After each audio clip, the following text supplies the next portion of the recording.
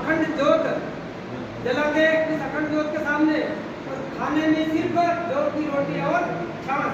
जौ की रोटी वो जो गोबर में गाय को खिलाते थे, गोबर में निकलती थी, जिससे जौ की रोटी को दिन में एक बार आजीवन अस्वाद व्रत करके उन्होंने कठोर तपस्या की। 24 लाख के 24 महापुरुषों किए। तो गुरुदेव जी प्रारंभिक स्तर तक ही पढ़े थे, प्राथमिक।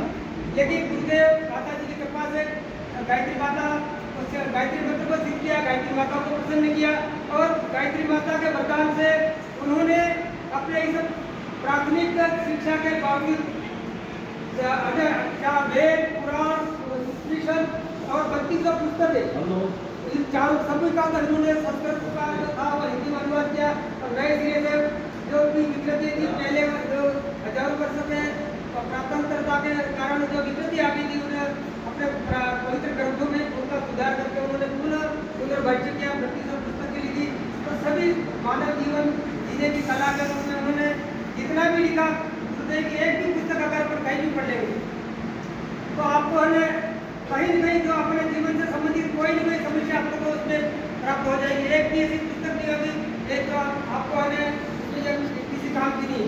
तो उन्हें 32 पुस्तक लिखी थी, सभी पवित्र ग्रंथों का हिंदी में भाष्य किया और गुरुदेव ने इतना कार्य किया। उन्होंने संविधान बनाया, इसमें 18 सूत्र है, उसके अंदर जितने जो पुराण इतिहास 32 पुस्तक है सबका सार सारे 18 जो संविधान के रूप में उन्होंने लिखा है, हम सुधरेंगे ही सुधरेगा, हम बदलेंगे ही बदलेगा।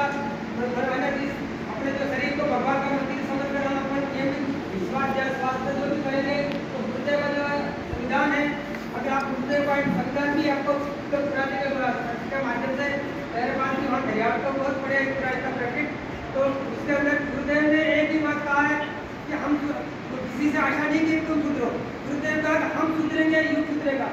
सुधरने के रूप में अपने सुधरे हुए मानते हैं, लेकिन मन वचन कर्म से ऐसा कोई भी गलत काम नहीं करे जिसके कारण इस सामने वाले को किसी प्रकार की पीड़ा हो, अपने कारण को दुख हो। गुरुदेव ने यही कहा कि हम छोटे से छोटा, बड़े से बड़ा सबको हम बनाने किसी भी रूप में प्रताड़ित नहीं करें और सबके लिए सब में मानव मात्र एक समान और नर और नारी एक समान, तो छोटे बड़े सब में भगवान का अवतार है। इसी को मान के अपन जब भी कोई भी काम करे मन वचन कर्म से अच्छा कर्म करे, कभी कोई बुरा काम नहीं करे और इस मानव जीवन को